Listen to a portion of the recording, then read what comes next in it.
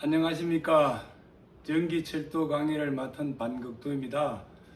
오늘 2회차 강의를 시작하겠습니다. 어제 강의가 전기철도 방식 선정 시 고려할 사항 6가지에 대해서 설명을 드렸고요. 오늘은 다음으로 이어서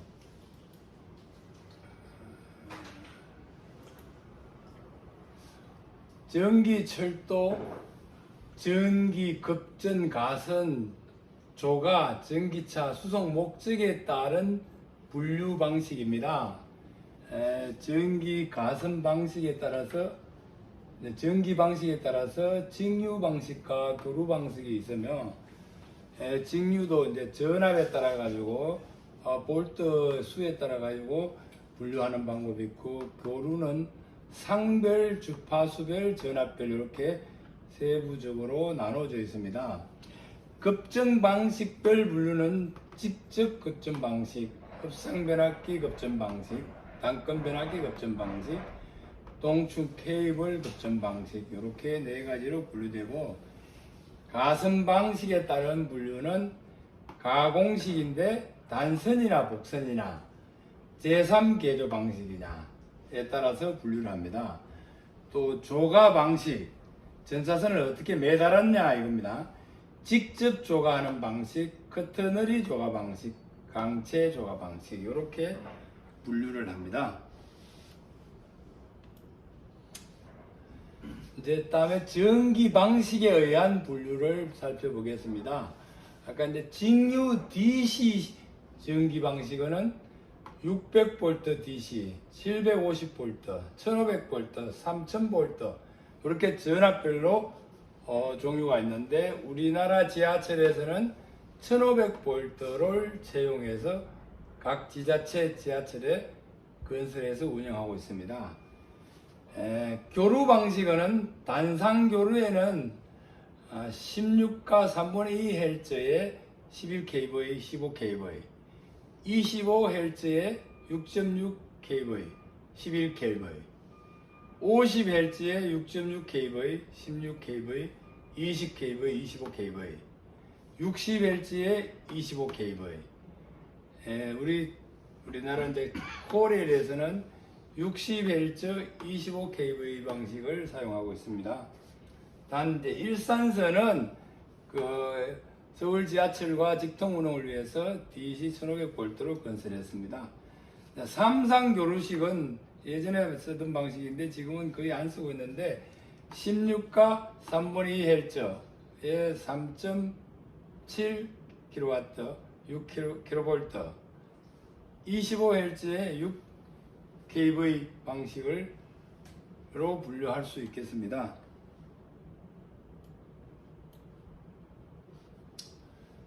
전기 방식에 따른 분류에서 직류 전기와 교류 전기, 이건 상당히 중요합니다. 제가 별 4개를 달아놨는데 시험에 자주 나오니까 이 부분은 전부 다 좀 암기를 하셔야 되겠습니다. 직류 방식, 지하철 방식이죠. 1500V. 전압이 낮아 전차 슬로우랑 기기의 지른이 용이하지만 경량 단거리 수송에 유리하고 통신 유도 장애는 없다.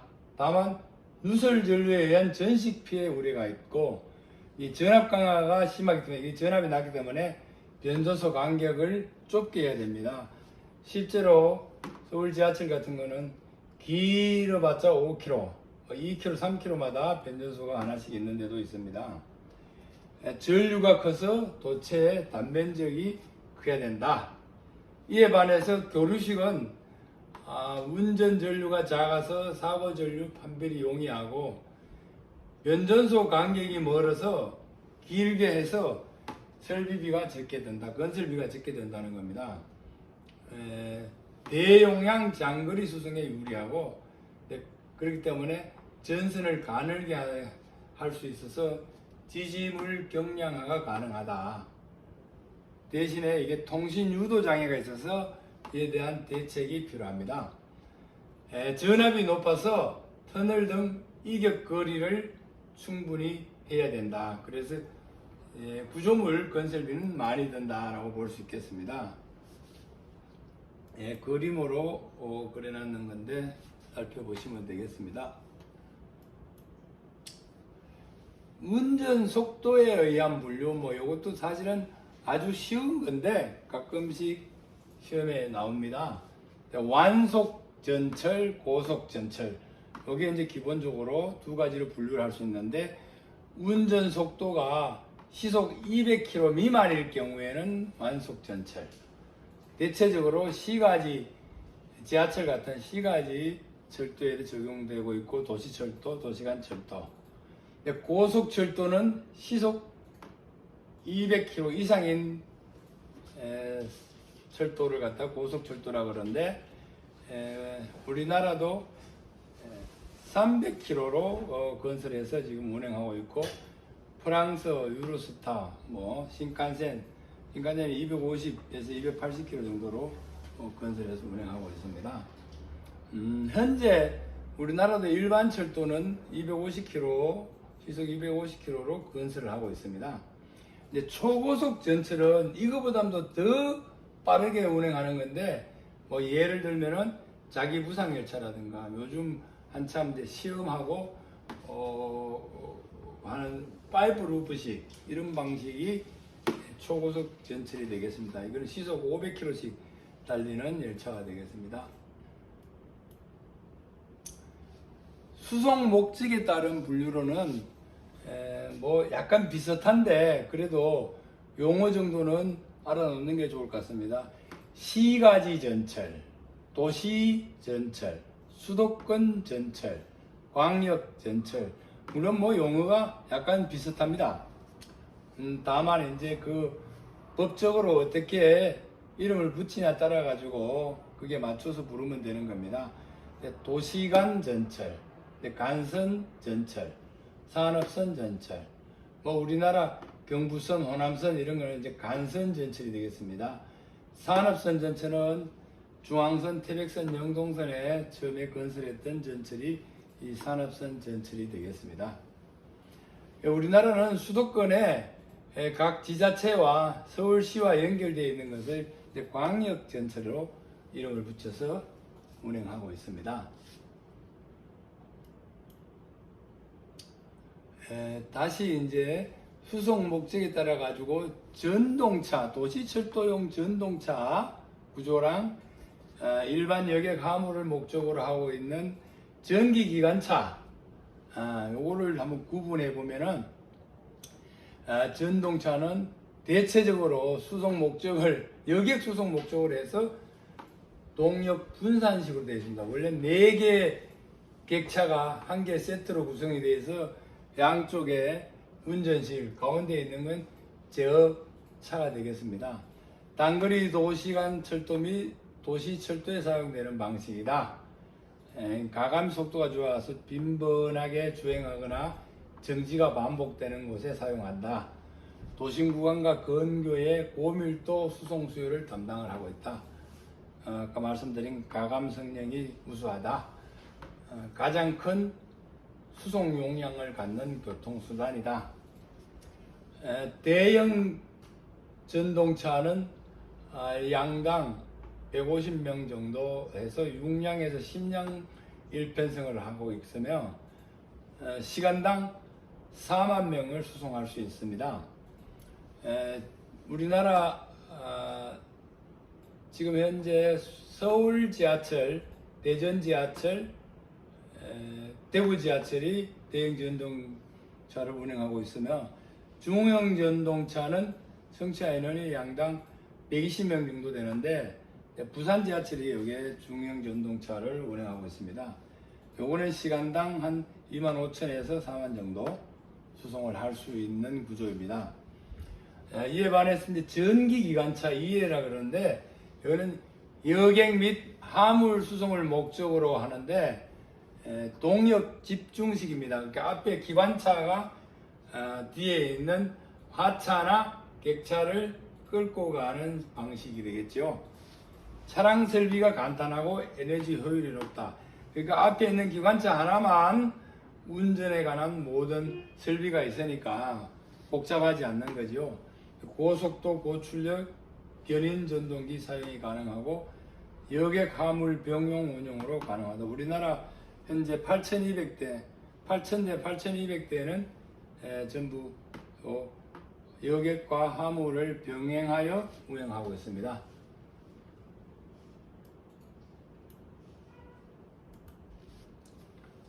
요게 이제 전동차, 전기동차, 동력 분산식으로 되어 있는 거고, 요거는 전기 기관차 2L이 되겠습니다.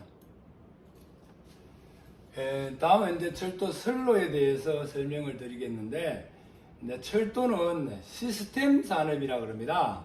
그래서 차량, 궤도 시설, 전차선, 통신, 신호 이 5가지가 유기적으로 결합돼서 운행되는 거기 때문에 이제 그림으로 그려보면은 위에 있는 요것이 전차선이라 하면은 저는 공급 장치지요. 전차선 밑에 이제 까만 거 2개는 레일로 보면 됩니다. 궤도 여기에 변전소에서 전원을 공급을 하게 되면은 지금 요 궤도 위에 놓아 있는 요것이 이제 모다가 이제 열차가 되겠습니다. 열차가 변전소 전원을 받아서 궤도회로 레일을 타고 기선을 흐르는 이런 현상이 되고, 여기에 따라가 열차가 폐쇄 구간, 요 구간을 이제 나눠나는 것을 폐쇄 구간이라, 폐쇄 구간에 옮김에 따라 가지고 계진기가 작동해서 신호기를 작동하는 이런 시스템이 되겠습니다. 우리가 궤도를 볼 때 열차가 다니는 선로라고 생각하지만은 실제로 철도 시스템에서는 열차가 다니는 것뿐만 아니고 전차선의 기선료가 흐르는 선로, 신호 전원이 흐르는 선로, 이렇게 역할을 하고 있습니다.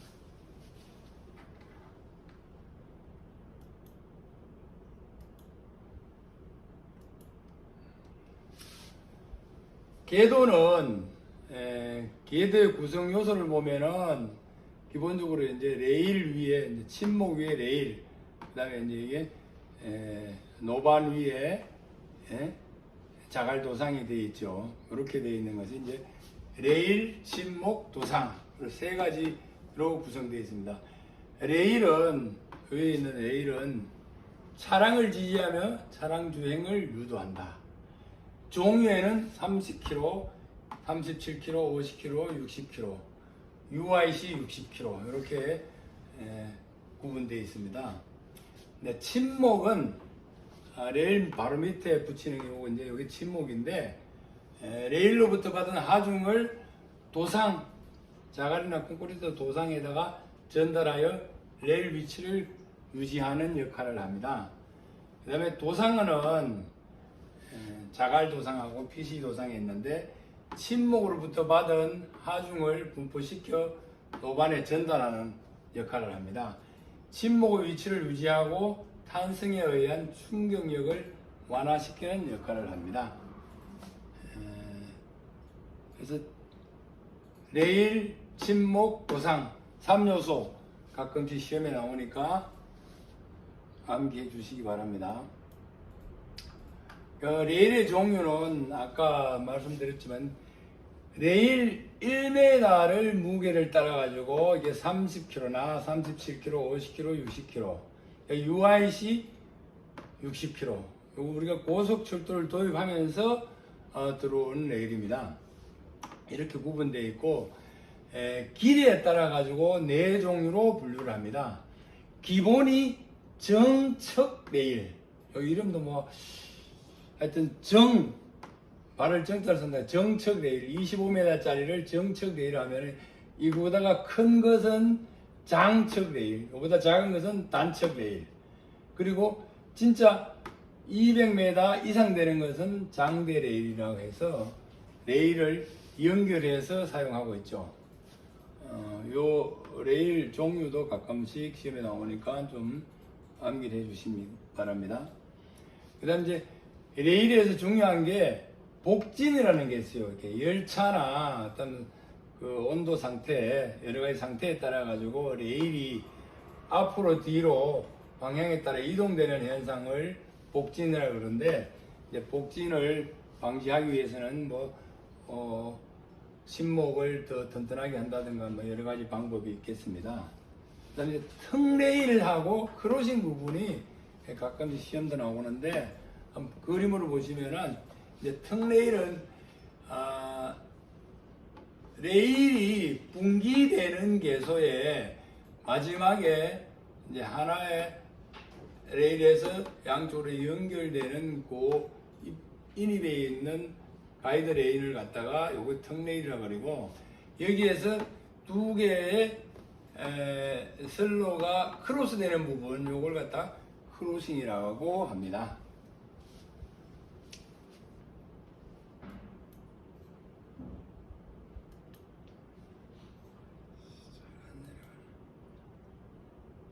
계간은 레일과 레일 사이를 갖다 계간이라 그러는데, 윗면으로부터 14mm 아래 지점에 있는 양측 레일 안쪽에 가장 짧은 거리를 잽니다.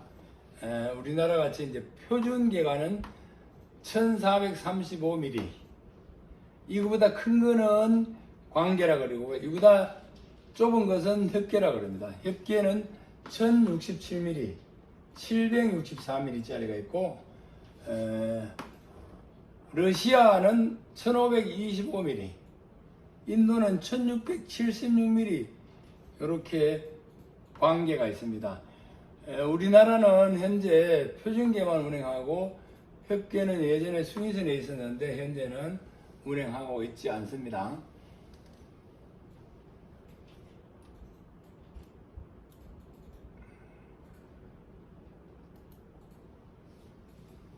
선로의 등급은 선로 상태에 따라서 고속선, 1급선, 2급선, 3급선, 4급선으로 구분하는데, 고속선은 설계 속도가 시속 350km 이상 되는 선로를 말하고, 요거는 아까 말씀드렸지 UIC 60kg짜리 레일을 사용합니다.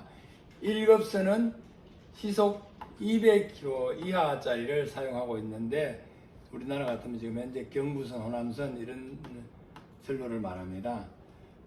50kg짜리 이상 레일을 사용하고 있고, 2급선은 동력차 최고 속도가 150km, 3급선은 전동차 최고 속도로 110km를 감안해서 120km까지, 4급선은 공장선이나 인입선이라든가 군내선 같은 경우 시속 70km 이내에 사용하는 선로를 말합니다.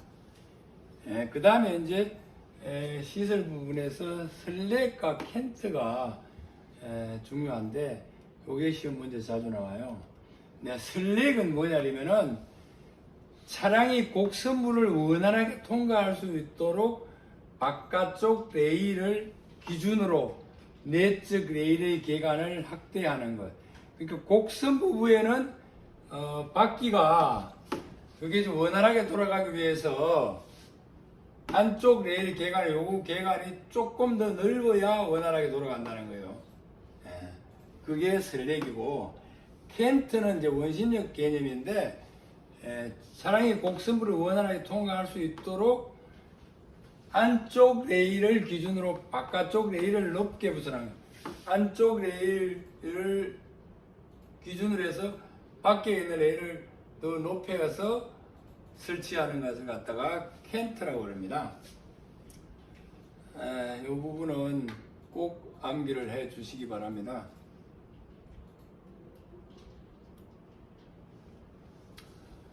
다음에 이제 철도 신호에 대해서 설명을 드리겠습니다.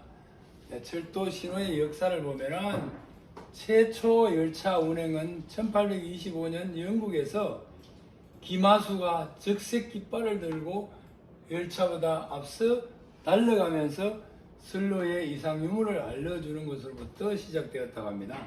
열차에 가면은 기마수가 깃발을 들고 먼저 달려갔다 그래요. 그러다가 1842년에 완목식 신호기를 영국에 처음 사용했고 1872년에 현재 사용하고 있는 궤도회로를 발명을 해서 그 궤도회로에 따라서 신호기를 설치하기 시작했습니다. 우리나라는 1899년 5월 18일 경인선 노량진지 물포간에 철도 개통과 함께 완목식 신호기를 사용한 것이 처음이 되겠습니다.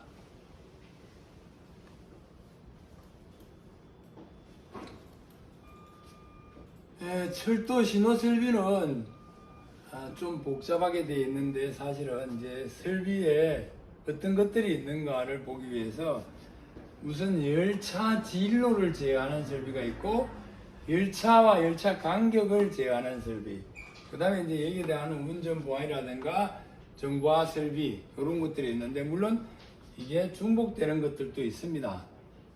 궤도 회로 장치, 연동 장치, 선로 전환기 장치, 신호 원격 제어 장치, 열차 집중 제어 장치, 이게 열차 진로에 관한 설비고 간격이 되는 궤도 회로 폐색 장치, 이제 열차 자동 정지 장치, 열차 자동 제어 장치, 운전 정지, 열차 자동 방호 장치 이렇게 있으며 운전 보안 및 정보화 설비는 건널목 보안 장치, 각종 보안 장치가 되겠죠. 선로 지작물 금지 장치, 낙석 금지 장치, 차량 축소 금지 장치, 분기기 융설 장치, 요즘 히팅 장치라고 그러는데 지진 경보 장치, 여객 자동 안내 장치 이렇게 있습니다.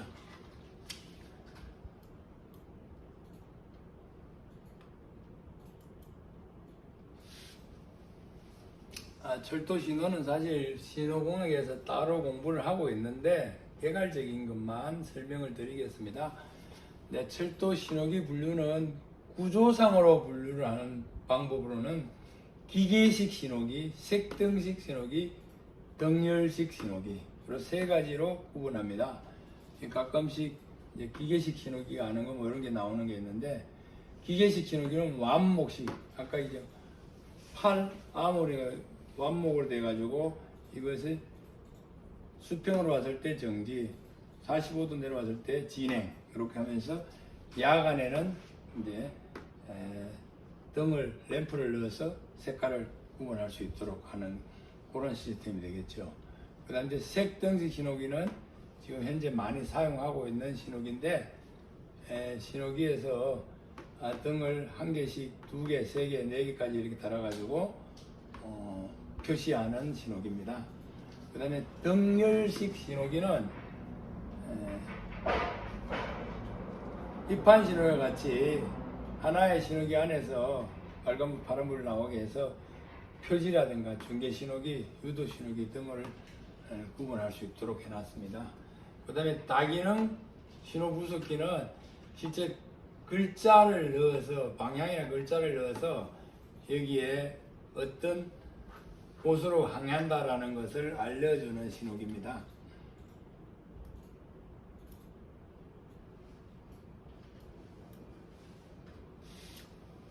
신호기의 조작에 의한 분류, 이게 이제 수동으로 조작하느냐 자동으로 조작하느냐, 그 다음에 반자동으로 조작하느냐.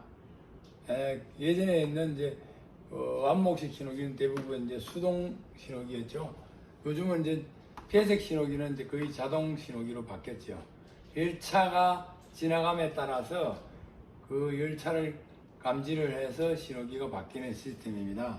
이제 반자동은 뭐냐면 기본은 자동인데 여기서 수동으로도 취급이 가능한 신호기. 근데 기능에 의한 분류는 상치 신호기, 임시 신호기, 수신호기. 요것도 시험에 가끔씩 나오더라도 상치 신호기가 아닌 것. 항상 설치되어 있는 신호기라고 그렇게 보시면 됩니다. 주신호기, 종속신호기, 신호부속기. 임시 신호기는 요거는 뭐 옮길 수가 있는 거죠. 서행, 예고, 해제 신호기.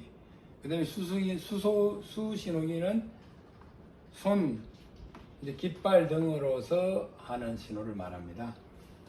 절대 신호와 허용 신호가 있는데 신호에서 참 중요한 내용이 절대 신호입니다. 신호 현시에 따라 절대로 이곳은 정차를 해야 된다. 장래, 출발, 음호, 유도, 입판 신호. 허용 신호는 폐색 신호기, 중간에 역간에 있는 폐색 신호기는 허용이 가능하다. 그 신호기가 허용되어 있는 것 이상까지도 운행을 할 수 있다는 겁니다. 그 다음에 신호 현시 방식이 이제 세 가지 현식, 3현식, 4현식, 5현식, 정렬식, 반복식, 임수 신호기 이렇게 구분을 하고 있습니다.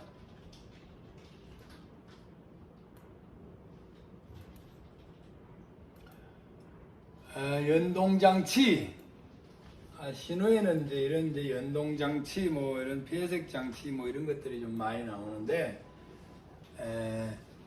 신호기하고 전철기, 선로 전환기인데, 궤도 회로를 연계해서 상호 간에 결정된 조건일 때만 작동하는 연세를 실시하며 이러한 연세 관계를 가지면서 동작하는 것을 연동이라 한다. 그래서 이것을 어떤 조건이 다 맞아야만 동작이 가능하고 신호가 현시되는 이런 현상을 말하는 겁니다. 세정과 해정, 정의와 반의, 이것도 이제 다음에 또 나오는데, 선로 전환기 신호기에는 정의와 반의, 자기 방향으로 가는 것을 정의, 자기 방향하고 반대되는 것을 반의. 해정과 세정, 요거는 이제 세정이 풀린 걸 해정이라고 그러고, 그걸 다시 채우는 것들가 세정이라고 그러죠. 신호기의 정의란 취급 전 상태를 평상시 유지되는 것을 갖다가 정의라 한다. 열차의 통과 방향에 따라 이제 대향, 배향, 선로 전환기로 구분하는데, 이 대향과 배향, 요것도 좀 까다로운 것 같은데 자꾸 시험에 나와요. 대향, 선로에 분기가 되는 것을 마주보고 가는 것을 대향이라 그러고, 이제 가는 방향에 따라 가지고 통과하는 것을 배향이라 그런다. 나가면서 분기되는 걸 갖다가 대향, 나가면서 그냥 하나로 다시 되는 것은 배향. 연동장치는 여러 가지 종류가 있는데 방식에 따라 1종 연동장치, 2종 연동장치, 기계 연동장치, 전기 연동장치. 요즘은 이제 다 전자 연동장치를 쓰고 있죠. 마이크로 프로세서 등을 이용해서 전자 회로를 의해서 하고 있는 연동장치입니다.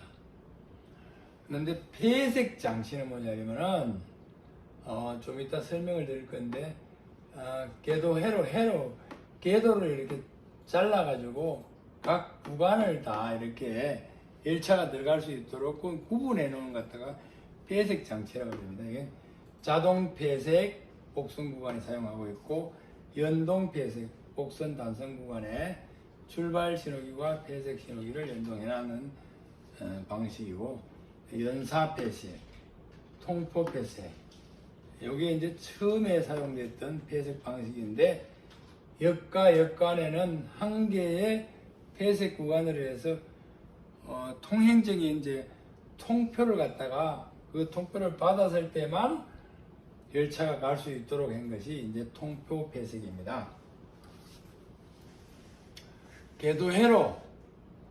궤도회로는 레일을 전기 회로의 일부로 사용하여 회로를 구성하고, 열차 진입 시 차륜이 레일을 탈락하여 열차의 유무를 금지하기 위한 장치다.